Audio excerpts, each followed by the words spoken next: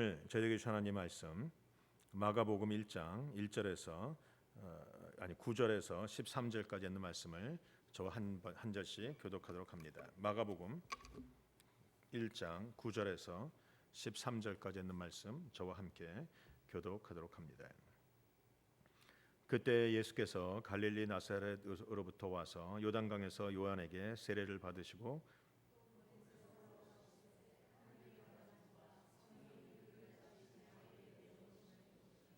하늘로부터 소리가 나기를 너는 내 사랑하는 아들이라 내가 너를 기뻐하노라 하시니라.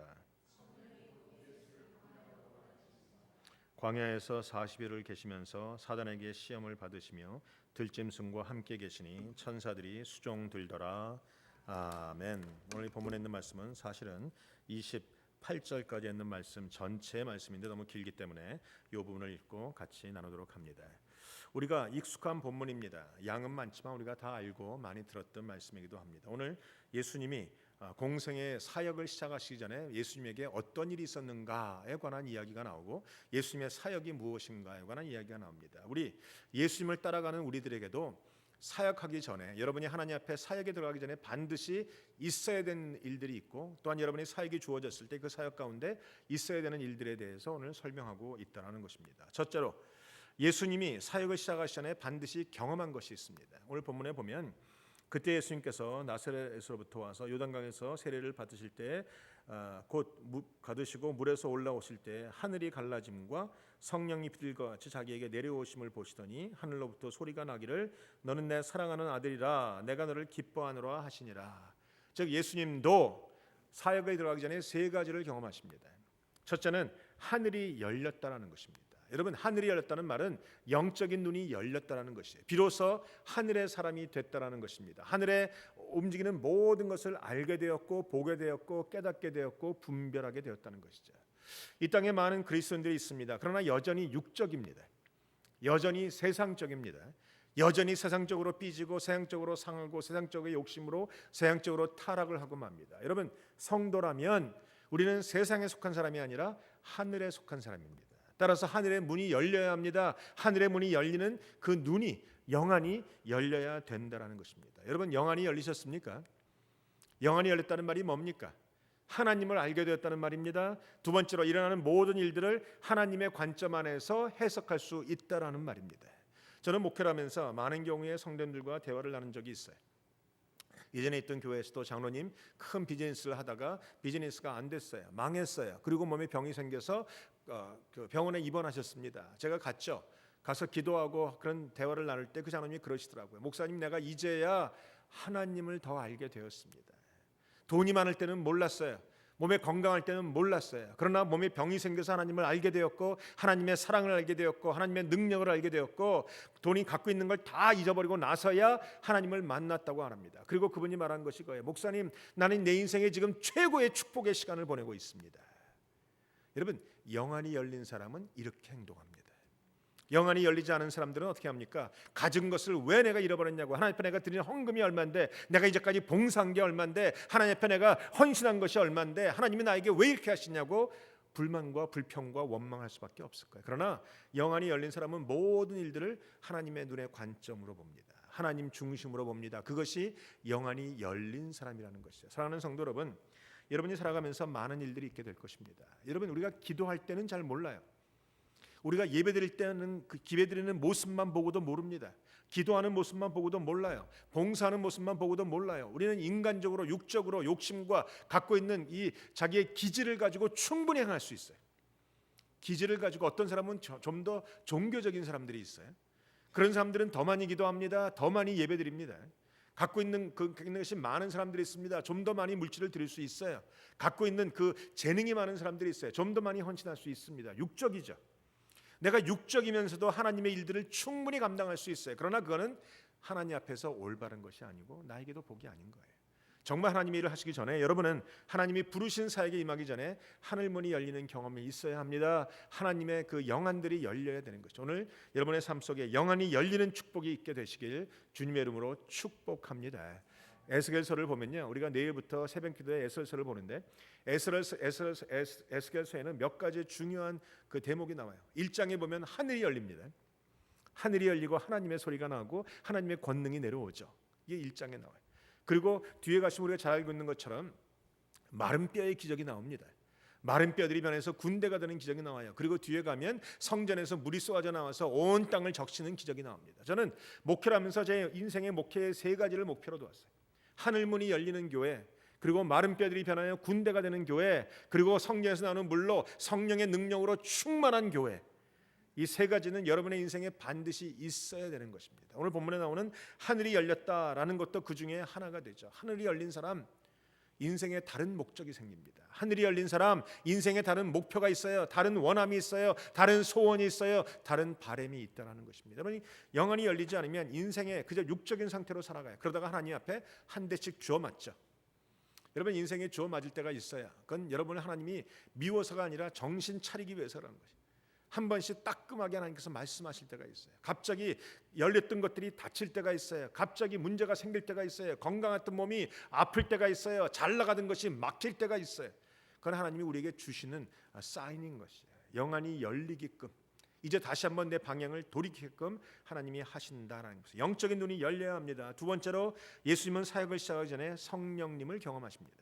오늘 본문에 보니까 하늘에서 성령의 비둘기가 자기에게 내려오셨다. 하늘이 열리고 비둘기가 내려옵니다. 다시 말하면 성령의 충만함을 입었다는 것이에요. 여러분, 하나님의 아들이신 예수님도, 아니 하나님이신 그분도 성령이 아니면 사역할 수 없는 거예요. 성령이 임하지 않으면 아무것도 할 수 없는 거예요.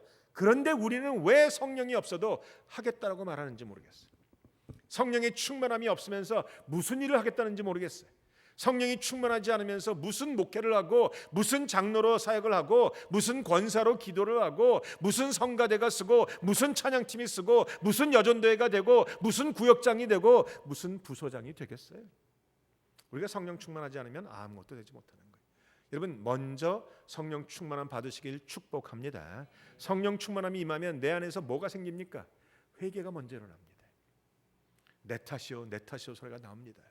또한 모든 것이 하나님의 은혜입니다라는 소리가 나오기 시작합니다. 여러분, 성령 충만하면 분명히 드러나는 게 달라요. 말투가 달라져요. 행동하는 게 달라져요. 눈빛이 달라져요. 얼굴의 표정이 달라져요.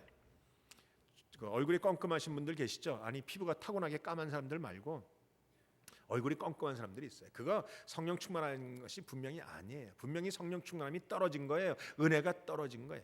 몇 번만 말 시켜보면 알아요. 그런 사람 불러다가 요새 어떻게 지내세요? 집사님, 장로님, 권사님. 하나님의 은혜예요, 목사님. 그거 성령 충만한 거예요. 요새 어떻게 지내세요? 그냥 저냥 지내요. 요새 어떻게 기도는 좀 하세요? 아유, 바쁜데. 예전엔 기도했는데요. 옛날 얘기 말이에요. 그 은혜 하나도 없는 거예요. 은혜 없어요. 성령 충만하지 않은 거예요. 여러분이 예전에 성령 충만해도 소용없어요. 지금 성령 충만하셔야 돼요. 성경에 보니까 사도행전에 성령 충만함이 9번이나 나와요. 그들은 120문도가 그 마가다락방 성령 충만함 받았어요. 방언도 했어요. 다 했어요. 그러나 뒤에 보면 베드로가 설교할 때 성령 충만하고, 바울이 뭐 할 기적을 베풀 때 성령 충만하고, 계속 성령 충만하죠. 성령 충만함은 우리 가운데 날마다 있어야 되는 것이. 그래서 여러분이 성령 충만함을 경험하시길 주님의 이름으로 축복합니다. 제가 물어보죠. 권사님, 성령 충만했던 경험이 있으세요? 대답 못 하시는 분이 계세요. 아니, 목사님, 난 방언 못해요. 지금 방언 얘기하는 게 아니고 성령 충만한 경험이 있으세요? 우리가 신앙생활 하면서 아까 우리 권사님 말한 것처럼 말씀을 들을 때 내 마음에서 뜨거움이 올라오고 회개가 올라오고 내 안에서 감동이 일어나고 눈물이 쭉 나오는, 이게 성령 충만함을 경험하는 거예요. 어느 날 갑자기 앉았는데 되어지는 일들은 하나도 없는데 갑자기 하나님의 은혜라는 것이 너무 경험되어지는 거예요. 그냥 입을 열면서 감사합니다. 남들이 보면 미쳤다고 하죠. 저희 아버님이 그러셨어요. 저희 아버님을 제가 기억하는 아버님은 돌아가셨지만, 저희 아버님은 굉장히 큰 비즈니스 하셨고 굉장히 부유하셨던 분이세요. 그런데 제가 중학교를 넘어가고 이렇게 중학교 중반쯤 됐을 때 아버님 비즈니스가 망했어요. 망해서 갖고 있는 걸 다 뺏기셨어요. 물론 서울대학 출신이기 때문에 그 다음에 빨리 회복이 되고 삼성에 다시 들어가신 적은 있지만, 아무튼 그 한 1년 반 여조가 굉장히 힘들었던 경험이 있어요. 그 모든 걸 다 뺏긴 그분. 그러다가 이제 도망가셨다가 다시 돌아오셨는데 저와 함께 어디를 가시는데 버스를 탔어요. 저는 제 인생에 우리 아버지가 고등학교 3학년 때까지 버스 탄 적을 본 적이 없었어요. 근데 같이 버스를 탔어요. 그래서 제가 이렇게 아버지를 보고 있는데 버스가 그날따라 사람이 많으니까 10,000원이죠. 막 밀립니다. 막 치고 대고 막 그래요. 저는 우리 아버지를 굉장히 위대하게 봤던 사람인데 그날은 굉장히 초라하게 보이셨어요. 속에서 막 끌어올랐죠. 우리 아버지 장로인데. 저는 어렸을 때 목사가 되고 싶지 않았던 이유가 뭐냐면 우리 교회 목회자, 선교사 무지무지하게 찾아왔어요. 와서 뭘 하죠? 식사하시고 헌금 받아가세요. 비즈니스 하시는 분들이었으니까 목회자 뭐 맨날 도우시고 선교사 맨날 돕고 맨날 찔러주고 맨날 봉투 주고 맨날 하는 거 맨날 봤단 말이죠. 그래서 제 마음속에는 목사는 그지 같아. 난 목사 안 되고 싶어. 이런 마음이 갔던 적이 바로 그 때문이었어요. 저는 우리 아버지가 갖고 있는 것 집을 다 팔아서라도 우리 그 교회에다가 집어넣어서 기도원도 만드는 것도 좀 봤어요. 그런데 그런 상황 속에서 우리 아버지가 가진 것 다 잃어버리고 버스를 타고 사람들에게 치이고 있는 거예요. 그런데 우리 아버지 입에서 나오는 그 말이 기가 막혔어요. 사람들이 쿵침을 이렇게 푹 하면서 하나님 감사합니다. 하나님 감사합니다. 제가 하나님 앞에 따졌어요. 도대체 뭐가 감사해요? 가지고 있는 거 다 잃어버리고 쪽박차고 창피할 텐데 뭐가 감사해요? 하나님 앞에 이제까지 드린 거 달라 그러세요. 전 그랬어요. 하나님 앞에 낸 헌금 달라 그러세요. 목사님에게 드렸던 헌금 달라 그러세요. 그거 하나님 다 가져가고 이게 뭐냐고. 그때 우리 아버지가 그런 적이 있어요. 아니다. 모든 것은 하나님이 주신 것이었고 가져가시는 분도 하나님이시다. 내가 오늘 하나님을 경험하고 있구나. 감사할 뿐이지. 그랬어요. 그러고 보니까 우리 아버지는 모태신앙으로 태어나서 정말 못하시는 분이었어요. 우리 어머니가 기도하는 건 봤는데 우리 아버지가 기도하는 건 별로 못 봤어. 교회에서 장로니까 대피 기도하는 건 봤어요. 당회하는 것도 봤어요. 다 봤지만 우리 아버지가 정말 간절하게 혼자 막 방언하면서 기도한 적 본 적이 없어요. 그런데 사업에 실패하고 도망가서 저 산골에 갔을 때 그때 용문산 기도원이라고 굉장히 유명했어요. 가보신 분이 계시지 뭐 용문산 기도. 저도 거기 가봤어요. 그 용문산 기도원에서 우리 아버지가 머리털 나고 처음으로 산기도 가서 산에서 28일인가를 금식하면서 기도하신 적이 있어요. 우리 아버지 그때 하나님을 경험하셨죠. 그 전까지는 어머니의 하나님, 아버지의 하나님이었는데 그때부터는 내 하나님이 되셨던 분이 하나님, 우리 아버지. 그래서 그 하나님을 경험했다는 게 그렇게 감사하더라고요. 저는 그것이 성령 충만함이라고 봐요. 은혜가 있다는 것은 성령 충만함이에요. 내가 은혜를 말할 수 있고 감사하다는 걸 말할 수 있을 때 성령 충만해요. 옆 사람이 고백하실래요? 나는 하나님께 감사합니다. 진심으로 하세요. 내가 가진 것 없죠. 내가 지금 되어주는 것 없죠. 아무것도 없어. 여전히 하나님으로 인해서 감사할 수 있는 사람, 이게 바로 성령 충만함의 시작인 거예요. 그리고 기도를 더하고, 그리고 방언하고, 그리고 예언하고, 그리고 치유하는 거 하나님이 주시는 은사일 뿐, 그것만 우리가 바라는 것 아니잖아요. 하나님이 오시면 별거 다 해요. 천사도 볼 수 있어요. 하나님이 오시면 우리가 모든 것을 다 할 수 있죠. 그러나 그것이 중요한 것이 아니라 내 마음속에 끓어오르는 감동과 감사와 은혜, 바로 이것이 하나님을 아는 자, 성령 충만한 자들이라는 것입니다. 세 번째, 하나님의 말씀이 들립니다. 내 사랑하는 아들이라 내가 너를 기뻐하노라. 여러분, 사역하기 전에 예수님도 하나님의 말씀을 들으셨어야만 됐어요. 사역에 임하기 전에 예수님도 하나님의 음성과 약속을 붙잡았어야만 됐어요. 그가 십자가 집니다. 아니, 그가 사람들에게 배척을 받습니다. 사람들로부터 왕따를 당합니다. 모든 사역 속에서 그가 이 모든 것을 감당할 수 있는 이유가 뭔가? 그가 들었던 하나님의 약속의 말씀을 품고 살아가는 거예요.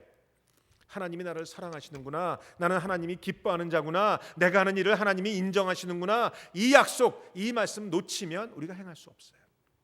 목회자인 저희들도 그래요. 그래서 부르심이 중요하죠. 날마다 우리가 하면서 우리도 날마다 고민하고, 날마다 의심하고, 날마다 넘어지고, 날마다 약해지고, 날마다 뒤로 갈 수밖에 없는 저희들이에요. 그럼에도 불구하고 우리가 왜 오늘 서 있을 수 있는가? 오늘 우리가 왜 담대하게 설교하는가? 왜 우리가 오늘 할 수 있다라고 말하는가? 오늘 왜 내가 깃발을 높이 들 수 있는가? 바로 하나님의 약속을 가지고 있기 때문이에요. 하나님 말씀하신 것, 내가 너를 사랑한다. 사랑하는 아들아, 내가 너를 기뻐하노라. 나에게 주신 약속의 말씀이 있어요. 내가 너와 함께하느니라. 약속의 말씀이 있어요. 내가 너에게 승리를 주겠다. 약속의 말씀이 있어요. 내가 너를 떠나지 않겠다. 약속의 말씀이 있어요. 내가 너를 버리지 않는다. 약속의 말씀이 있다라는 것입니다. 여러분이 하나님 앞에 이 약속의 말씀 없으면 견딜 수 없는 거예요. 모든 사역의 힘과 원동력은 하나님의 음성에서 와요. 말씀에서 와요. 그 말씀 붙잡아야 되는 거예요. 약속을 붙잡아야 되는 거예요. 말씀이 사실은 일을 해요. 어려움이 오고 고난이 오고 막 이럴 때 하나님 앞에 내가 붙잡은 약속의 말씀이 없으면 견뎌낼 수 없어요. 이길 수 없다라는 거예요. 약속의 말씀이 없으면 질 수밖에 없어요. 지는 거예요. 그러니까 여러분이 약속의 말씀을 붙잡으시기를 축복합니다.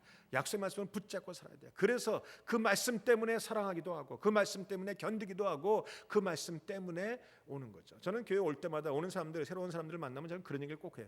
하나님이 부르셔서 오셨습니까? 하나님이 부르시지 않고 옆에 사람 따라왔다면 잘못 오신 거예요. 그런 사람들은 꼭 오래 있지 않아요. 그러나 하나님이 부르셔서 왔다고 말하는 사람은 그 부르심이 분명하다면 그 부르심이 끝나기 전까지는 옮기면 안 돼요. 하나님의 부르심이 거기 있어요. 목회자인 저도 마찬가지예요. 언제까지 내가 사역을 할지는 모르나 하나님의 부르심이 있다라는 확신이 드는 순간까지는 사역을 할 거예요. 어느 날 하나님이 옮기시겠죠. 부르심을 끝내시고 다른 곳에 부르심을 주겠죠. 그러면 또 우리는 기쁨으로 갈 수밖에 없는 사람들이에요. 그래서 우리는 부르심을 따라 사는 사람이에요. 그래서 우리는 씨름하는 게 부르심이에요. 하나님의 부르심이 여전히 존재하는가? 부르심이 내 안에 있는가? 부르심을 내가 붙들고 있는가? 여전히 하나님이 나를 이곳에 부르시고 계시는가? 여러분도 마찬가지. 여러분 인생에 하면서 여러분 이 말씀은 예수님에 관한 말씀만이 아니에요. 이 말씀은 목회자에 관한 말씀만이 아니에요. 사역자에 관한 말씀만이 아니에요. 이 말씀은 모든 하나님의 백성들에 관한 이야기예요. 하나님이 부르신 여러분들은 반드시 사명이 있어요. 뒤에 보시면 제자들을 부르십니다. 이 부르시는 사람들이 제자인 거예요. 그들이 성도라는 거예요. 그래서 이 말씀은요, 결국 모든 예수님을 따라가는 자들이 반드시 하늘이 열리고 성령 충만함을 경험하고 하나님의 약속의 말씀을 듣고 음성을 듣고 그것을 붙잡아야 되는 것이라는 말입니다. 하나님의 음성을 듣고 계십니까? 아직도 못 듣고 계시다면 여러분 인생의 신앙생활에 아마 한 90%는 모르시는 거예요. 하나님의 음성을 듣는 자만이 하나님을 알아요. 하나님의 음성을 듣는 자만이 하나님 앞에서 쓸 수 있어요. 내 인생이 힘들 때 하나님의 음성이 용기가 돼요. 사람은 믿을 것이 없어요. 하나님의 음성은 믿을만 하다는 말이죠. 여러분이 하나님의 음성을 듣기 시작할 때 내가 회개가 일어나요. 우리가 이런 경우 있죠. 사다가 삐져요. 상처받고 삐지고 아프다고 하고 더 이상은 꼴보기 싫고 가까이 하고 싶고 이럴 때가 있어요. 어떤 사람 정말 싫어져요. 미워져요. 함께하고 싶잖아요. 그러나 하나님의 음성을 듣는 사람은 돌이킬 수 있어요. 왜? 하나님의 음성이 계속 들리니까. 내가 돌이키지 않으면 하나님이 계속 말씀하세요. 야, 좀 돌이켜보지. 야, 용서해 주지. 야, 용서 구하지. 야, 이제는 그만하지. 이제는 길을 좀 돌리지. 사랑하지. 회개하지. 아, 시끄러워서 못 견디겠어.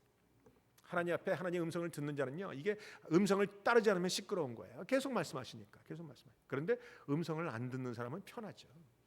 회개 안 해요. 돌이키지도 않아요. 꼭 남의 탓만 해요. 너 때문에 그렇지. 아니에요. 내가 100% 목회하면서 분명히 아는 게 있어요. 여러분 중에 문제가 생겼을 때, 여러분 중에 혹은 삐짐과 섭심이 생겼을 때, 여러분들이 누구 때문이라고 말하는 사람은 하나님의 음성 듣는 사람이 아니에요. 여러분이 반드시 하나님의 음성을 듣는 사람은 나 때문이구나라는 생각을 갖고 계셔야 돼요. 그게 하나님의 음성을 듣는 사람들이란 말이죠. 이거 안 하는 사람 반드시 그건 거짓이에요. 난 그건 분명히 알아요. 목회하면서 내가 왜? 하나님이 나에게 그러시니까. 내가 목회하면서 상처를 받고 내가 목회하면서 성도가 싫어지고 어떤 사람 싫어질 때가 있어요. 근데 하나님은 100% 내가 기도하면 이제까지 100이면 100다. 야, 네가 좀 돌이키지. 이렇게 말씀하셨죠.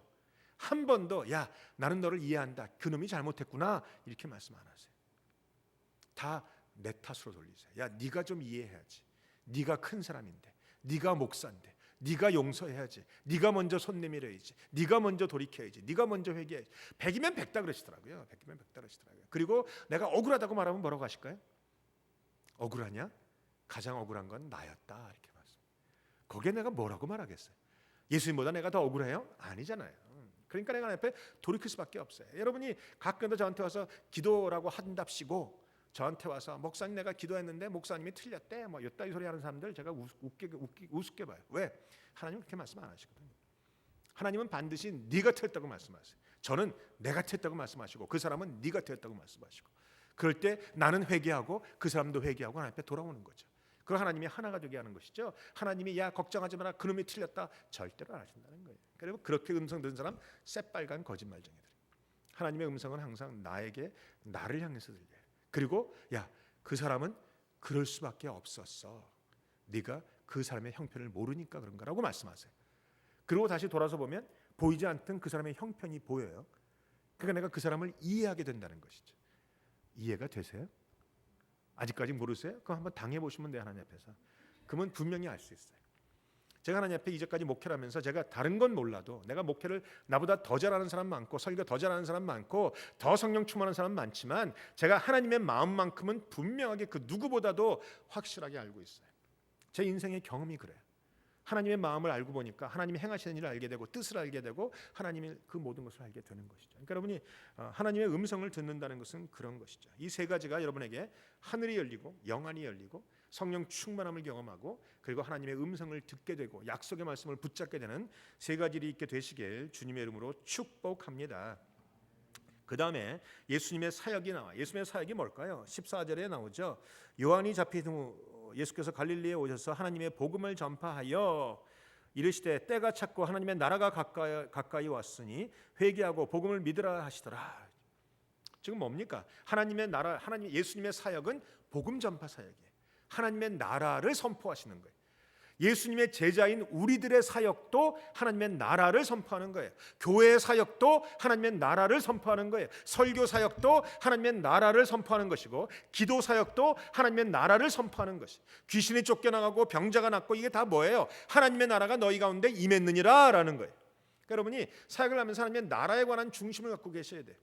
우리 교회를 알리는 것도 아니고 우리 교회를 소문내는 것도 아니고 더 중요한 것은 하나님의 나라를 알리는 것이고 이게 복음이에요. 이게 복음의 전파죠. 하나님의 나라가 우리 가운데 임했느니라. 여러분 이 땅은 사단이 붙잡고 있어요. 어둠의 세력이에요. 악의 세력이에요. 이 어둠의 세력을 이기는 게 뭔가 하나님의 나라라는 것이죠. 교회가 뭡니까? 예수님을 고백한 자들에게 주시는 하나님의 나라가 일어나는 거예요. 그래서 이 하나님의 나라를 음부의 권세가 이기지 못하는 것이죠. 교회를 이기지 못한다는 거예요. 여러분의 인생에 하나님의 나라에 관한 초점과 관심과 그 사역이 있게 되시길 주님의 이름으로 축복합니다. 옆사람에 고백하세요. 나는 하나님의 나라를 세워가는 사람입니다. 이 땅에 하나님의 나라를 세워가는 거예요. 킹덤 빌더, 그것이 바로 우리들이라는 거예요. 여러분 딴 거 하지 마세요. 하나님의 나라를 여러분이 직장과 사업체와 모든 것을 통해서 다 그거 행하셔야 돼요. 하나님의 나라를 행하시는 거예요. 그래서 제가 다른 건 참아도 교단이 어두운 거는 못 참겠다는 거예요. 세상은 어두워도 돼요. 교회가 빛을 발하면 되니까. 그러나 교회, 큰 교회라고 말하는 이 PCS의 그 교단에서 어둠이 되는 것, 이거는 안 되는 거예요. 우리는 어둠을 밝혀야 되는 사람들이지 어둠과 타협해야 되는 사람들이 아니기 때문에 그래요. 우리는 빛을 발해야 되고 하나님의 나라를 선포해야 되는 우리들이라는 것이죠. 하나님의 나라예요. 하나님의 나라가 이 땅에 임합니다. 어떻게 임합니까? 두 가지를 통해서 임해요. 하나는 회개고 하나는 믿음이에요. 오늘 본문에 보시면 15절에 말씀하시죠. 회개하고 복음을 믿으라. 하나님의 나라가 이 땅에 임하는 통로는 회개와 믿음이에요. 여러분 회개하기를 싫다라고 말씀하지 마세요. 난 잘못한 것도 없는데 목사님 맨 자꾸 회개하래. 회개만이 하나님의 나라가 임하게 되는 통로인 거예요. 솔직히 여러분 죄 안 짓는 분이 있어요? 없잖아요. 솔직히 내가 하루 24시간 하나님을 나의 왕으로 삼고 살아가세요? 아니잖아요. 그렇기 때문에 회개해야 되는 거예요. 하나님 내가 주님을 나의 왕으로 못 삼았습니다. 그냥 굳이 도덕적인 죄 말고 내 인생의 주인이 하나님 아닌 때가 더 많잖아요. 하나님 나를 용서하시옵소서. 하나님을 나의 왕으로 삼고 살길 원합니다라고 고백하는 것이 회개. 하나님 앞에 돌이킨다는 것이죠. 돌이키셔야 돼요. 하나님 앞으로 자꾸 모으셔야 돼요. 하나님 앞에 내 초점을 맞추셔야 돼요. 제 포커스를 하셔야 돼요. 여러분 회개하지 않으면 성도의 삶에 힘이 없어요. 능력이 없어요. 여러분 군대 갔다 온 사람들은 아시죠? 군대에서 총을 쏠 때 뭘 하시죠? 0점 조중을 해요. 어떻게 하느냐? 너는 군대 안 갔는데. 안 갔던 내가 문무대에 갔다 온 사람이잖아요. 이 0점 조준을 해야 맞아요. 0점 조준을 하지 않은 총은요 맨날 쏘지만 정확하게 안 맞아요. 삑삑 나가요. 여자들은 모르시죠. 근데 0점 조준을 하고 나면 그 다음에 그 총으로 겨냥해서 쏘면 정확하게 맞는 거죠. 이 0점 조준이 바로 회개예요. 여러분이 아무리 하나님 앞에 성령 충만하다고 해도 여러분이 회개라는 과정을 거치지 않으면 0점 조중이 일어나지 않으면 여러분의 인생에 아무런 표적에 맞출 수가 없는 거예요. 그러니까 여러분이 0점 조중을 한다는 거예요. 하나님 앞에 돌이키는 거예요. 회개하는 거예요. 하나님 앞에서 다시 한번 재조준하는 거예요. 그리고 하나님 앞에 믿음을 갖고 나갈 때 하나님의 나라가 우리 가운데 펼쳐지는 것이죠. 회개하고 믿으라. 이게 바로 순서예요. 순서는 회개가 먼저고 믿음이 두 번째예요. 재밌는 사실은 같은 본문인 마태복음에는 이렇게 마태복음과 마가복음이 조금 그 모양이 달라요. 이 회개가 먼저이고 믿음이 두고이고 이 두 개 가지고 왔다 갔다 하는데 사실 가장 복음적인 것은 회개가 먼저이죠. 믿음은요 그냥 생길 수 없어요. 회개를 하는 사람이 믿음을 가질 수 있어요. 회개가 막 들어와요. 또 어떤 때는 믿음이 먼저 생길 때도 있긴 있어요. 그렇지만 가장 복음적인 순서는 회개가 먼저 일어나고 그 다음에 하나님 앞에 복음을 믿는 과정이 생기게 되죠. 그래서 성 어거스틴 같은 경우도 회개를 막 하고 나서 온전하게 하나님을 향하는 믿음을 가지게 된 것이라는 말입니다. 회개란 날마다 돌이키는 거예요. 자, 이제 예수님이 사역을 쭉 행하시는데 우리가 사역을 하는데요. 13절에 보시면 성령이 곧 예수를 광야로 몰아내신지라 광야에서 40일을 계시면서 사단에게 시험을 받으시며 짐승들과 함께 계시니 천사들의 수종을 들더라. 사명자에게는 시험이 찾아와요. 하나님이 예수님을 그냥 한 것이 아니라 40일 동안 금식 기도하게 하시고 준비하게 하시고 시험 받게 하시고 그런 사명자에게는 시험이 와요. 여러분이 하나님 앞에 사명자들이에요. 한번 고백하실래요? 나는 사명자입니다. 사명자이기 때문에 시험이 와요. 그 시험은 이기셔야 돼요. 근데 내 혼자 힘으로 이길 수 없죠. 그래서 천사들이 수종을 드는 거예요. 여러분 주위에 천사가 있다는 거 알고 계십니까? 여러분 주위에 최소한의 2명의 천사가 있어요. 수종드는 천사들이 있어요. 천사들을 보는 사람들이 있죠. 예전에 우리 교회에 왔던 그 사역자들 보면 다 있어요. 그렇게 그 은사들을 갖고 있죠. 천사들을 보게 되고 사단도 보게 되는 이런 영안들이 열리는 경우가 있는 것이죠. 천사들이 있어요. 많은 경우에 영화를 보면 이 악한 마귀들이 움직이는 것이 영화로 많이 나타나죠. 이 할로윈 때 특별히 많이 나타나요. 이 안 믿는 자들도 어떤 영적인 존재가 있다라고 믿는데 거꾸로 교회 다니는 사람들이 천사의 존재를 안 믿는 경우가 많아요. 좀 안타까운 거죠. 천사는 있습니다. 사단과 마귀가 있듯이 천사는 있어요. 그 천사가 우리 옆에서 항상 수종을 들고 있다는 것을 기억하셔야 돼요. 그래서 여러분이 시험을 통과해도 혼자가 아니에요. 어려움을 통과해도 혼자가 아니에요. 주님이 계시고 하나님이 계시고 예수님이 계시고 성령님 계시고 또 우리를 수종드는 천사들이 있더라. 그래서 꼭 그 용기를 갖고 나가시길 주님의 이름으로 축복합니다. 그러면 예수님의 사역의 첫 번째는 복음 전포였고 두 번째 사역이 뭐였어요? 17절에 보시면 예수께서 이르시되 나를 따라오라 내가 너희로 사람을 낚는 어부가 되게 하리라 하시네. 그러니 곧 그들이 그분을 버려두고 따르니라 라는 대목이 나와요. 예수님의 사역의 두 번째는 사람을 낚는 어부를 만드시는 사역이에요. 여러분 예수님이 원하셨던 것은 언제나 사람이에요. 하나님이 이 땅에 하늘에 갑자기 하나님이 딱 나타나시고 하나님의 손이 나타나서 회개하라 천국이 가까웠다 이렇게 쓰시면 어떨까요? 사람들이 막 하나님 앞에 돌아오지 않겠습니까? 아리까리 하세요. 예전에 저는 본 적이 없지만 80년대인가 그런 일이 있었대요. 러시아 상공에 큰 손이 나타나서 하나님께서 쫙 I'll be back 해서 내가 곧 다시 오리라. 그래도 사람들이 안 믿었어요. 안 믿어요. 좌우지간 안 믿어요. 사람들은요 기적만 가지고는 하나님 앞에 돌아오지 못해요. 그러면 무엇을 통해서 돌아오는가? 말씀을 통해서 돌아와요. 그렇기 때문에 말씀을 증거하는 사람들이 필요한 거예요. 그게 사역자들이에요. 그래서 여러분들이 바로 그 사명을 위해서 제자로 부르심을 받은 여러분들. 하나님의 목적은 항상 사람이었어요. 하나님이 직접 하지 않으세요. 하늘에서 막 불이 떨어지고 막 지진이 일어나고 하나님이 어디 있어? 내 손에 장을 지져라 하면 손에 막 장이 막 지져지고 하나님이 어디냐고 말하면 막 지진이 나서 그 사람 갑자기 불덩어리 속에 타 죽어버리고 뭐 이러면 사람들이 하나님께 돌아올까? 그래서 그것도 잘 모르겠어요. 하나님은 여전히 그런 초자연적인 방법으로 일하실 수는 있지만 그렇게 안 하시고 사람을 통해서 한 사람 한 사람 하나님 앞에 인도하세요. 그래서 제자가 필요한 거예요. 오늘 주님은 제자를 만들기 위해서 오셨어요. 세상을 변화시킬 제자 예수님의 사역이었어요. 세상을 변화시키는 사람들, 세상을 변화시키는 교회들 바로 이것이 하나님의 목적이라는 거죠. 그래서 하나님은 제자를 부르시고 교회를 세우셨다는 거예요.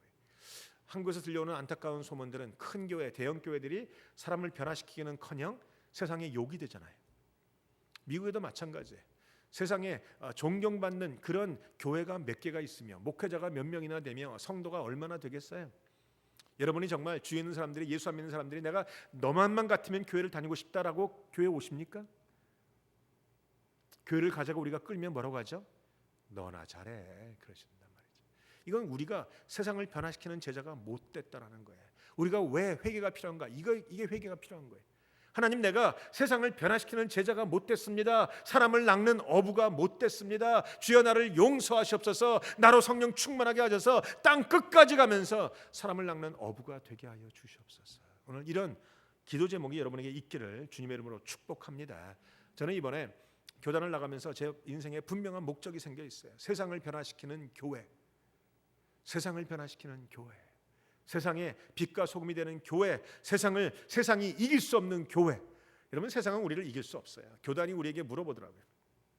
왜 너희 마음대로 나가려고 하느냐? 절차를 밟았느냐? 그러니까 우리 장로님들이 편지를 딱 보냈죠. 쓸데없는 소리 하지 마라. 우리는 무조건 나간다. 너희들의 재산이 우리 교단에 속해 있는 걸 알고 있느냐? 그래서 우리가 큰 소리 쳤어요. 장로님들이.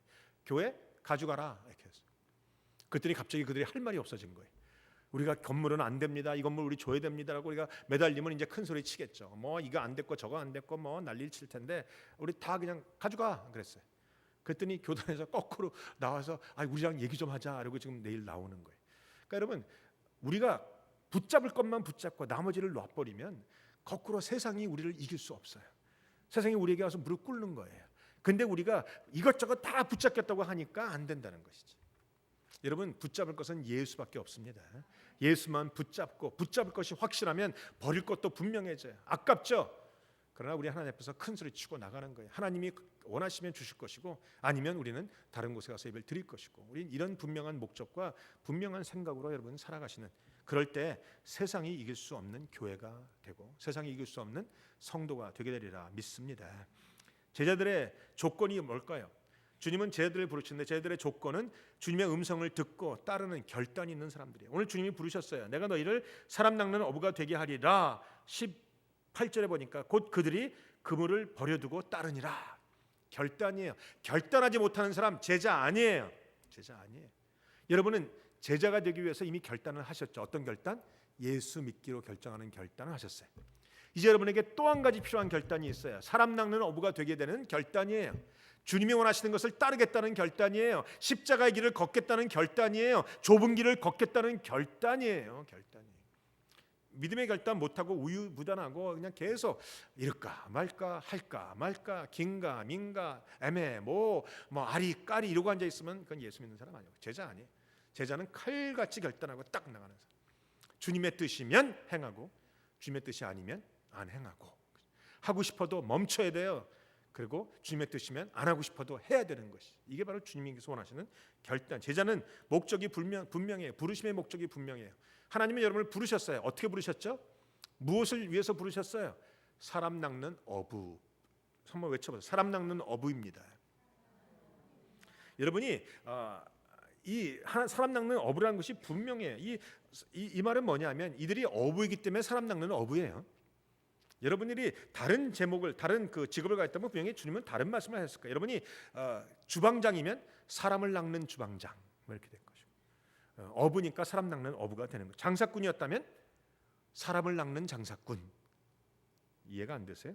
만약에 의사였다면 사람을 낚는 의사 혹은 사람을 잡는 의사. 좀 말이 좀 이상하다. 그건 빼야 될 것 같아요. 사람을 낚는 의사. 모든 건 다 여러분이 장사한다면 사람을 낚는 장사꾼, 여러분이 의사라면 사람을 낚는 의사, 여러분이 교사라면 사람을 낚는 교사, 여러분이 음악가라면 사람을 낚는 음악가, 여러분 모든 건 다 복음으로 사람을 낚는 이것이 우리의 삶의 목적이라는 것이죠. 부르심의 목적. 여러분 옆 사람이 고백하세요. 당신은 복음으로 사람을 낚아야 합니다. 왜 교회가 힘이 없어졌어요? 왜 성도가 힘이 없어졌어요? 바닷물은 소금기가 2%라는데 바다가 다 짜버려요. 이슬람은요 11%, 10%만 넘어가면 그 나라를 전복한대. 이슬람 나라로 전복시킬 수 있대요. 10%의 이슬람권이 들어가면. 근데 지금 유럽 사람들이 몰라서 이슬람권들에게 지금 계속 자리를 주고 내주죠. 그 전체 민족의 이슬람권이 10%만 잡으면 그 나라를 전복할 수 있는 종교가 바로 이슬람이에요. 한국에 지금 많은 그 할렐 그 음식을 집어넣으면서 머스크를 지어주면서 지금 이슬람권에게 막 자유를 주죠. 자유를 주죠. 뭐 일터에서 이제는 기도하는 자리도 만들어 준대요. 이게 공항에 기도하는 자리도 있대요. 이게 말도 안 되는 얘기죠. 지금 몰라서 그래요. 이슬람권이 10%만 그 전체 국민의 10%만 들어가면 그 나라를 뒤집을 수 있는 게 이슬람권이란 말이죠. 근데 기독교는요. 한국의 기독교가 몇 프로예요? 20%가 넘는다고 하죠. 25%라고 얘기한다고 원사님 얘기하시네. 25%가 도대체 뭘 했어요? 우리 세크라멘토에 교민이 얼마인지 모르지만 교회와 또 교회 숫자와 거기 다니는 교인들의 숫자가 보면 이미 세크라멘토 한인 사회를 뒤집었어야 돼요. 근데 뒤집지 못하고 맨날 쌈박질하고 맨날 목사 쫓아내고 맨날 성도 쫓아내고 맨날 교회 갈라지고 이러다 보니까 어떻게 돼요? 교회 다니는 사람들도 가난한 성도로 바뀌어 버려요. 교회 안 나가. 지금 뭐 얘기를 들어보니까 다른 우리가 같은 교회 이제 교회를 나와야 되는 그 교회들도 보니까 여러 가지 이유들이 있더라고요. 뭐 그러면서 교회를 남는 사람, 뭐 교회를 따라가겠다는 사람, 또 이번 기회에 그냥 2차제에 교회 안 다니겠다는 사람들도 나온대요. 우리 교회도 모르겠어요 어떻게 될지. 요 차지에 다른 교회를 옮길 사람, 요 차지에 교회를 안 다닐 사람, 뭐 이런 사람들도 생기겠죠. 이게 다 문제거리는 문제거리인 것 같아요. 우리가 한 마음으로 계속 기도하는 이유가 여기 있는 것이죠. 여기 있는 것이죠. 사실은 우리가 제대로 된 기독교인이라면 우리가 10%만 되면 교회를 나라를 뒤집을 수 있어야 되고 2% 기독교인이면 그 사회가 부패가 멈춰야 돼요. 소금기가 바닷물을 짜게 하듯이. 근데 문제는 우리가 다 교회는 다니고 예수 믿는다고 말하지만 사람을 낚는 어부의 역할을 못하기 때문에 교회는 힘이 없고 목사도 힘이 없고 성도도 힘이 없고 손가락질만 받게 된다라는 것이죠. 어떤 분이 그래요. 목사님, 내가 사람을 낚는 어부가 되고 싶은데 내가 정말 잘할 수 있을까요? 정말 가능할까요? 걱정도 마시라니까요. 주님이 뭐라고 하세요? 거기 본문에 보면 17절 예수께서 이르시되 나를 따라오라 내가 너희로 사람을 낚는 어부가 되게 하리라. 나를 따라와라. 내 말을 따라라. 나를 따르고 나의 십자가를 지고 나를 쫓아라. 그러면 내가 너로 사람을 낚는 어부가 되게 하리라 그러는 거예요. 내가 되기는 게 아니에요. 하나님이 해 주시는 거예요. 내가 할 일이 뭐예요? 난 주님을 따르기만 하면 되는 거예요. 문제는 내가 주님을 철저하게 따르지 않으니까 사람 낚는 어부가 못 되는 거예요. 내가 주님의 말씀대로 살지 않으니까 사람 낚는 어부가 못 되는 거예요. 여러분 다 말씀대로 사시기를 축복합니다. 누구나 다 말씀이 귀하다고 여기시죠. 그러나 못해요. 왜요? 말씀과 내 현실이 다르니까. 말씀대로 살면 내가 손해보니까. 말씀을 잡자니 내가 가진 것이 너무 많으니까. 주님을 따르자니 내가 손해볼 게 너무 크니까 그런 거예요. 제가 지난번에도 설교를 했지만 이 부자 관원 청년이 그렇잖아요. 가진 것이 많은 거로 여러분 저는 부탁할게요. 너무 많이 가지려고 애쓰지 마세요. 그래봤자 하루에 3끼밖에 못 먹어요. 많이 가지려고 애쓰지 마세요. 그래봤자 자동차밖에 못 타는 거예요. 뭐 좋은 차든 나쁜 차든 자동차예요. 우리가 많이 가져봤자 결국은 주님을 따르는데 방해를 받아요. 주님 말씀을 따르지 않으면 결국은 사람 낚는 어부가 될 수 없어요. 옆 사람에게 고백하세요. 쪽박을 차도 주님을 제대로 따르는 사람 되십시다. 보니까 쪽박이라는 소리는 작게 하시고 주님을 따르겠다는 것은 크게 하시죠. 여러분 우리가 둘 다 가질 수는 없어요. 미안하지만 그래요. 결국은 이것이냐 저것이냐, 재물이냐 하나님이냐. 재물이 필요 없다는 말은 아니에요. 오해는 하지 마세요. 그러면 목사님은 이 사업이 앉을 테니까 한번 살아보셔 이런 말이 아니고 재물은 누구에게나 필요하지만 재물의 영에 갇히시면 문제가 있어요. 재물은요 있다가 없어지는 거예요. 재물이 중요합니까? 하나님이 중요한 거예요. 그러나 우리는 사실은 갖고 있는 것을 놓기가 이렇게 힘들어요. 우리는 이번에 이 교단을 나가는 과정에서 우리가 다 경험했던 거예요. 다 힘들어요. 다 힘든 거예요. 다 힘든 거예요. 그러나 우리가 말씀을 따라가는 것을 최우선으로 놓으면 하나님의 말씀을 따라가며 하나님 앞에 주시는 십자가를 지고 주님의 길을 따라가면 주님이 나로 자연스럽게 당연히 분명히 확실히 사람 낚는 어부가 되게 하신다라는 것이죠. 여러분이 이런 것을 좀 제대로 아셨으면 좋겠어요. 여러분에게 질문합니다. 내가 그동안 주님을 제대로 따라서 살았는가? 주님을 제대로 따랐는가? 주님을 제대로 따르셨습니까? 어떻게 알 수 있어요? 내 인생에 사람 낚는 어부가 되었었는가를 보면 알아요. 여러분 인생에 30년을 예수 믿었습니다. 10년 믿었습니다. 5년 믿었습니다. 그러면 5년이면 5년치만큼의 사람 낚는 어부가 여부의 역할을 감당하셨어야 돼요. 5년 동안 누구를 낚으셨습니까? 10년 동안은 누구를 낚으셨어요? 30년 동안은 누구를 낚으셨어요? 많은 사람을 하나님 앞에 돌아오게 한 이는 하늘의 별처럼 빛난다고 얘기하고 있는데 여러분이 하늘의 별처럼 빛나고 계십니까? 우리 흔히 그런 얘기했죠. 그 선교사가 선교제 갔다 돌아올 때 그냥 초라하게 돌아오는 순간 너무 속상하게 비행기 안에 있는데 뭐 들으신 얘기예요. 그가 하나님 앞에 잠시 기도하는데 하나님 말씀을 주셨어요. 보니까 그 미국 대통령이 떠서 들어오는데 뭐 그 사람은 빵빠레가 울리고 군악대가 있고 뭐 양탄자가 깔리고 뭐 사람들이 와서 환연선언을 치는데 너무 위대하게 보이는데 자기가 하나님의 일을 하고 온 30년이 끝나고 돌아왔는데 아무도 없어요. 가진 집도 없어요. 돌아갈 집도 없어요. 가지고 있는 것도 없어요. 너무 초라해서 하나님 앞에 물어봤을 때 하나님 뭐라고 하셨어요? 너희가 돌아오는 날 내가 금은보화로 깔아주겠다. 너희가 돌아오는 날 천군과 천사로 아름다운 음악을 들려주겠다. 그리고 세 번째 뭐예요?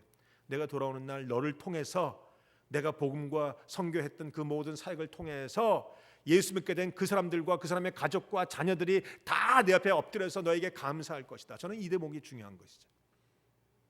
여러분이 천국에 갔을 때 쓸쓸하게 혼자 걸어 들어가지 않으시기를 바랍니다. 이 땅에서 사람을 낚는 어부 역할을 감당하고 가서요, 그럴 때 한 사람을 낚아도 그 사람과 그 사람의 자녀와 그 사람의 후손들이 다 모여서 여러분 앞에 엎드려서 감사할 것이에요. 사람 낚는 어부의 역할을 감당하지 못할 때 천국에 들어간다는 것은 영광이익이지만 내가 들어갈 때 아무도 없어요. 환영해 주는 사람도 없어요. 오직 주님밖에 없죠. 뭐 그것으로도 족하긴 하지만 내가 이 땅에서 사람 낚는 어부가 되지 못했다라는 사실을 증명하고 있는 것이죠. 돈 많이 벌려고 하지 마시고, 이런 분들은 제외예요. 목사님 내가 돈 많이 벌어서 교회를 내가 세우겠습니다. 이런 분들은 돈 많이 버세요. 아멘입니다. 그렇죠? 그렇지 않은 분들은 많이 벌려고 하지 마세요. 그거 다 여러분 죽이는 거예요. 그보다는 사람을 많이 낚는 어부, 내가 이 땅을 살아가면서 사람을 낚는 어부가 되겠습니다. 주님, 내가 주님을 철저하게 따릅니다. 저는 이번에 우리 교회가 결단한 것이 여러분에게는 첫 걸음이라고 생각해요. 어려운 일이었거든요. 여러분이 결단한 게 난 너무너무 귀하다고 생각해요. 그 결단 뒤로 돌이키지 마시고, 그 결단에 후회도 하지 마세요. 그 결단에 그저 하나님 감사합니다. 이제부터는 내가 하나님이 기뻐하는 일만 선택하고 걸어갑니다. 그럴 때 하나님이 여러분을 무리를 걷는 자로, 하늘을 향해서 독수리 날개치며 올라가는 자로 만들어 주시리라 믿습니다. 자, 마지막 이 주님께서 쭉 가다 보니까 21절, 그들이 가버나움에 들어가는데 예수께서 곧 안식일에 회당에서 들어가 가르치심에 뭇사람들이 그의 교훈에 놀라니 이는 그가 가르치는 것이 권위 있는 자와 같고 서기관들과 같지 아니함이라. 그리고 뒤에 보니까 23절, 마침 그들의 회당에 더러운 귀신 들린 사람이 있어 소리질러 이르되. 성경을 읽으면서 좀 궁금한 거 질문 안 드세요? 좀 이상하다 생각 안 드세요? 이 회당이 뭐예요? 요새 말로 말하면 교회 같은 거잖아요. 그렇죠? 교회에 귀신 들린 사람이 있어요. 이상하지요? 목사님, 교회에 왜 귀신 들린 사람이 있어야 돼요? 교회에 그동안 많은 사람들이 설교했고, 많은 회당장이 설교했고, 많은 사람들이 기도했고, 하나님 앞에 찬송했고, 축복했고, 주님의 이름을, 하나님의 이름을 높였는데 왜 거기 귀신이 있어요? 여러분, 교회에도 귀신이 있어요. 교회에도 귀신 들린 사람 있어요. 놀라셨어요? 있어요. 제가 오해하지 마세요. 뭐 거품 물고 나타나는 사람만이 아니에요. 재물의 영이 들린 사람, 욕심의 영이 들린 사람, 사람들을 미워하는 사람, 분열의 영이 있는 사람, 이세벨의 영이 있는 사람, 다 귀신 들린 사람들이에요. 그 주님의 이름으로 해결받지 못하면 교회 나와서 멀쩡하게 있지만, 이 사람 교회 와서 멀쩡하게 있었을 거예요. 그동안 같이 예배드리고, 같이 찬양하고, 같이 샬롬 외치고, 같이 아멘하고 그랬던 걸 거예요. 근데 주님이 오셔서 주님의 말씀을 딱 선포하는 순간 귀신이 드러났다는 것이죠. 교회는요, 귀신이 드러나는 장소예요. 여러분이 교회 나와서 예배를 열심히 드렸는데 여러분 안에 있는 욕심은 하나도 안 드러나고 쫙 덮어놓고 이쁘게 와서 앉아서 예배를 20년 되었다? 그거 잘못된 거예요. 교회는 여러분 안에 있는 게 속속이 다 드러나야 돼요. 발가벗고 드러나야 돼요. 내 안에 어떠한 욕심이 있는 게 드러나서 그것 때문에 고민하고, 그것 때문에 울고불고 앞에 해결 보는 장소, 그게 바로 교회라는 거예요. 여러분 안에 있는 것들이 다 싹이 드러나서 해결 받으시길 주님의 이름으로 축복합니다. 힘들고 싫어도 하셔야 돼요. 요거 감추고 있으면, 요 감춘 거 갖고 천국에 가면 죄송합니다만 쪽팔릴 걸, 속상하고 창피할 거예요. 천국에서는요, 다 해결받은 사람들이 오는데 나 혼자 감추고 있다가 그거 그때 가서 드러나면 얼마나 창피하겠어요. 지금 이 시간에 해결받으세요. 내 안에 있는 욕심, 내 안에 있는 미움, 내 안에 있는 못 견디는 거, 내 안에 있는 재물의 영, 내 안에 있는 이세벨의 영, 내 안에 있는 분열의 영, 내 안에 있는 뭐 수근수근대는 영, 내 안에 있는 뭐 어떤 것이라도 다 주하면서 깔끔하게 드러나서 다 회개하고 눈물 콧물 흘리고, 그냥 여기 휴지, 지금 우리가 휴지를 안 사놓은 것 같은데 이거 과거에 휴지를 사다 놨어요. 왜 사다 놨게요? 여러분 눈물 콧물 좀 빼라고 사다 놓은 거예요. 그거 한 통 다 쓰셔도 돼요. 다 쓰고 하나님 앞에 다 회개하고 다 토해내고 하나님 앞에 다 해서 정결하게 나오시길 주님의 이름으로 축복합니다. 그 귀신이 드러나는 것은 결국은 예수님 때문이에요. 설교를 잘한 게 아니고 예수님의 권위 때문이에요. 여러분, 결국은 그 예수님의 안에 있는 권위가 중요한 거예요. 그 권위가 지금 어디 있어요? 그 권위가 우리 안에 있어요. 우리 안에 있어요. 어떤 분은 나한테 그러더라고요. 목사님, 내가 거울을 바라보고 내가 외쳤어요. 내 안에 있는 귀신아 나가라. 제일 처음엔 좀 웃긴 생각이 들었어요. 이거 좀 쇼하는 것 같다. 근데 가만 생각 보니까 뭐 틀린 말도 아닌 것 같아. 내 안에 귀신이 있다면 내가 주님 앞에 외치면 내 안에서 귀신이 나갈 수밖에 없겠죠. 그거 안 한다면 어떻게 해서 짝짓고 서로 하는 거예요. 귀신아 나가라. 여러분 보니까 오늘 설교가 영 내 설교도 아닌 것 같고 뭐 그런 것 같은데 중요한 설교예요. 여러분 안에 있는 감추어져 있는 것들 드러나시고 그것이 주님의 이름으로 해결받으시게 주님의 이름으로 축복합니다. 오늘 그것이 주님의 권세라는 거예요. 여러분 귀신이 오늘 임자 만난 거죠. 예수님 만난 거예요. 근데 여러분 분명히 알아야 되는 것은요, 예수님 제대로 만나면 회복이 돼요. 예수님을 제대로 만나면 귀신이 쫓겨나가요. 예수님을 제대로 만나면 내 안에 있는 욕심이 없어져요. 예수님을 제대로 만나면 내 안에 있는 모든 더러운 것 다 사라져요. 예수님 제대로 만나면 내 인생에 거룩함과 정결함이 생긴다라는 거예요. 예수님을 제대로 만나면 되는 거예요. 제대로 안 만나서 아직까지 그런 것이죠. 예수님을 만난 인생 회복이 돼요. 오늘 귀신은 쫓겨나가고 그들이 회복됐어요. 우리가 왜 회복을 얘기하는가? 예수님 만나면 회복이 일어나요. 많은 경우 여러분이 상처만 자꾸 치유받으려고 해요. 목사님 내가 다른 교회에서 상처 엄청 받고 왔어. 목사님한테 상처 엄청 받고 왔어. 고쳐주세요.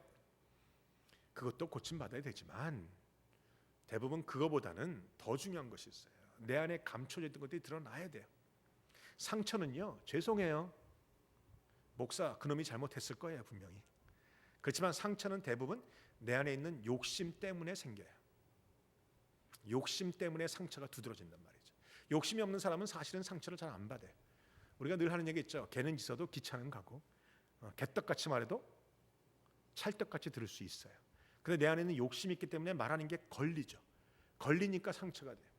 그러니까 여러분이 그 욕심부터 해결하셔야 돼요. 상처 치유받기 전에 욕심의 문제부터 해결해야 돼요. 그러면 하나님 앞에 회복이 일어나면 그거 다 용서할 수 있어요. 다 이해할 수 있고 덮어줄 수 있고 치유가 일어난다라는 것입니다. 혹시 여러분 중에 제 말이 고깝게 들리시면 할 수 없어요. 용서하십시오. 그러나 제 말은 분명하게 진리의 말씀일 거예요. 하나님 앞에 제가 기도하고 하는 말씀이기 때문에 진리의 말씀일 거예요. 상처받는 거 대부분은 욕심 때문이에요. 욕심 문제를 해결하시면 상처는 자연적으로 치유가 되고 용서할 수 있다는 것입니다. 자, 예수 제대로 만나면 회복이 됩니다. 오늘 여러분의 인생에 회복이 일어나고 귀신이 쫓겨나고 온전한 그 축복이 일어나길 주님의 이름으로 축원합니다. 여러분 귀신 쫓아내는데 기도 많이 한다고 되는 거 아니에요.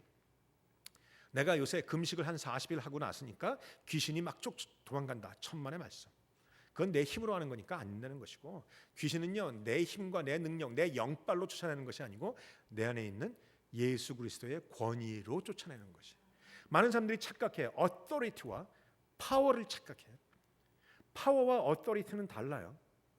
권위와 능력은 달라요. 우리가 추구하는 것은 능력이 아니에요. 파워가 아니에요. 우리가 추구하는 것은 예수님의 authority, 권위라는 거예요. 이해가 되세요? 무슨 말인지 모르시죠? 밖에 경찰관이 서 있어요. 사거리에 경찰관이 경찰 배지 입고 서 있어요. 경찰관은 단 한 사람의 인간의 능력밖에 없어요. 파워면에서는 굉장히 작아요. 근데 갑자기 저기서 60km, 60마일로 막 이런 큰 덤프 트럭이 달려와요. 덤프 트럭은 한 사람의 인간의 개인이 갖고 있는 능력보다 훨씬 큰 파워를 가지고 있어요. 엄청난 마력수를 갖고 있어요. 그 버스가 그 덤프 트럭이 막 달려옵니다. 그때 경찰이 호락이 휙 불고 손을 딱 들어요. 그 트럭이 쓸까요? 안 쓸까요? 안 쓰면 문제가 있는 거죠. 그 큰 파워를 가지고 있는 빵빵하는 트럭이 와서 경찰이 손을 딱 드니까 앞에 와서 칙 하고 섰버려요. 그 큰 파워를 세울 수 있는 것이 authority라는 거예요. 권위라는 거예요. 경찰이 갖고 있는 권위. 우리에게는 예수 믿는 사람이 갖고 있는 권위가 있어요. 귀신이 아무리 능력이 많아도 귀신이 아무리 설쳐돼도 스탑 하면 멈춰야 되는 게 귀신이란 말이죠. 이해가 되세요? 옆사람이 고백하여 우리에게는 권위가 있습니다. 우리가 추구하는 것은 이 권위인 거예요. 파워가 아니에요. 권위예요. 권위. 여러분 귀신들은 사실 큰 능력이 없어요. 많은 분들이 귀신에 대해서 자꾸 오해하고 있는 것 같아요. 오해하는 것 같아요. 많은 사람들이 그러죠. 목사님, 저 요새 그 무슨 아무개 집사가 정말 사람들을 잘 꿰뚫고 보고 모든 걸 너무너무 잘하는 것 같아요. 귀신같이 알아맞혀. 귀신같이 알아맞혀. 그 말이 맞아요? 귀신 모르는 건 많아요. 귀신같이 알아맞는 말 분명히 잘못된 잘못된 표현이. 귀신은 귀신같이 알아맞히는 건 없어요. 과거는 알지 모르겠지만 미래는 몰라. 미래는 하나님의 손에 있으니까. 미래는 몰라. 그리고 우리가 회개한 것 귀신이 알까요? 여러분이 엊그저께 죄를 졌어요. 내가 그 죄 진 거 알아요. 죄를 졌어요. 그래서 하나님 앞에 와서 어제 회개했어요. 그리고 오늘 귀신 들린 사람 만났어요. 그러면 귀신이 뭐라고 할까요? 나는 내가 어제 무엇을 했는지 알고 있다. 그럴까요? 아니에요. 주님은 뭐라고 하셨어요? 너희가 회개했을 때 내가 너희 죄를 용서해 주며 의롭게 한다고 말씀하셨고, 구약에 보면 내가 너의 죄를 내 등 뒤로 던져서 기억도 하지 않는다고 하셨어요. 주님도 내가 죄 지은 거 몰라. 내가 회개하면. 이해가 되세요? 근데 귀신이 안다고요? 천만의 말씀. 근데 우리의 마음속에 뭐가 있어요? 주님도 기억하지 않고 귀신도 모르는데 우리의 마음속에는 귀신이 알 거라는 두려움이 있어요. 그래서 귀신 들린 사람이 딱 나타나면 어떻게 해요, 여러분? 뒤로 슬금슬금 피해요. 왜? 가까이 갔다가 봉변당할까 봐.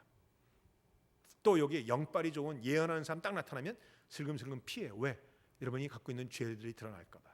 아니요. 하나님도 기억하지 않으시고 귀신도 몰라요. 회개한 죄는 모른다는 말이에요. 회개하지 않은 죄는 알겠죠. 회개한 죄는 모른다는 말이에요. 그러니까 여러분이 주 앞에 회개하고 나가시면 담대하게 나가서 아무리 큰 귀신이라도, 군대 귀신이라도, 예수님은요 군대 귀신 6천 명이 있는 그 귀신을 단번에 쫓아냈어요. 무엇으로? 주님이 갖고 있는 권위로. 오늘 우리 삶에도 권위가 있기를 주님의 이름으로 축복합니다. 제가 구하고자 하고 제가 찾고자 하는 것 바로 권위예요. 그 권위만 갖고 있으면 세상에는 우리에게 순종할 수밖에 없어요. 마지막 말씀 제가 있습니다. 누가복음 10장 19절에 보면 내가 너희에게 뱀과 정갈을 밟으며 원수의 모든 능력을 제어할 권세를 주었으니 너희를 해할 자가 결단코 없으리라.